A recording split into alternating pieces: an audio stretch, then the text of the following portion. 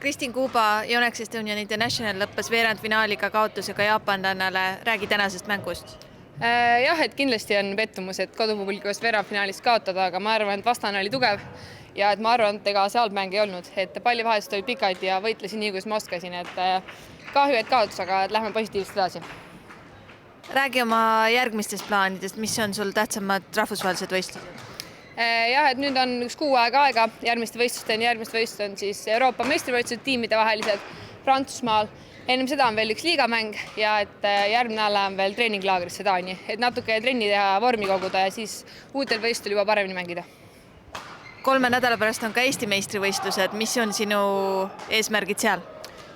Kindlasti naisüksmängus tiitlit kaitsta ja et mängin veel ka segapaarismängu ja naispaarismängu, et ka seal tahan selle kulla konkurentsist püsida. Aitäh! Aitäh!